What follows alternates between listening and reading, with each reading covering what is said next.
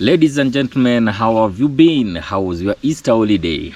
Hope you spent it with family, you spent it at the farm.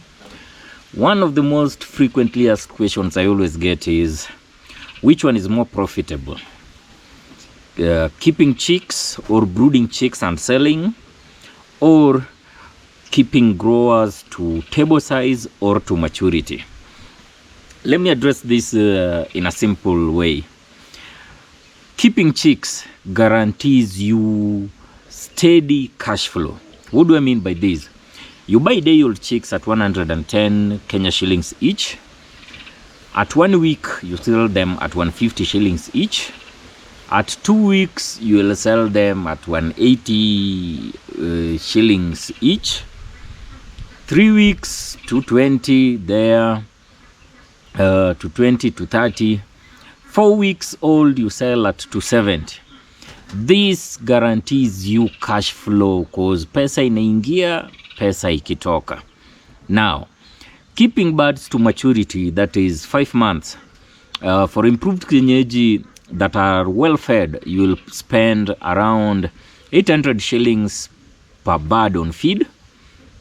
Ukiongeza the cost of buying, that is 110, you'll spend approximately 900 shillings to keep an improved kienyeji jogo from day old to 5 months. That is including vaccinations.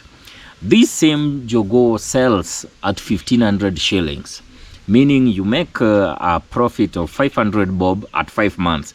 This is basically you making a profit of 100 bob per month. But remember, you have to feed it, you have to take care of it for those 5 months with you not getting money from anywhere else.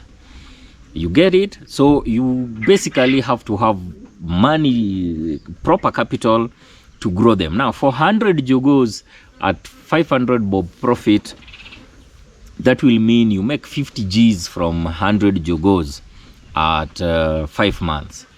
Now, let's do the maths for chicks. So I brood chicks for 2 weeks and sell at 180 bob each. You will realize that I make a profit of around 50 Kenya shillings per chick. For 100 birds at 2 weeks, that is 5,000 profit. Yeah, but it's at 2 weeks 5,000 profit, another 2 weeks 5,000 profit. By the time these birds are reaching, by the time I'm reaching the 5th circle, I shall have made a profit of 10,000 of 10,000 from 100 birds per month. Meaning at that point I shall have made a profit of 50,000. You see, there is no big difference between these two enterprises. The profit margin, if everything stays constant, is actually the same.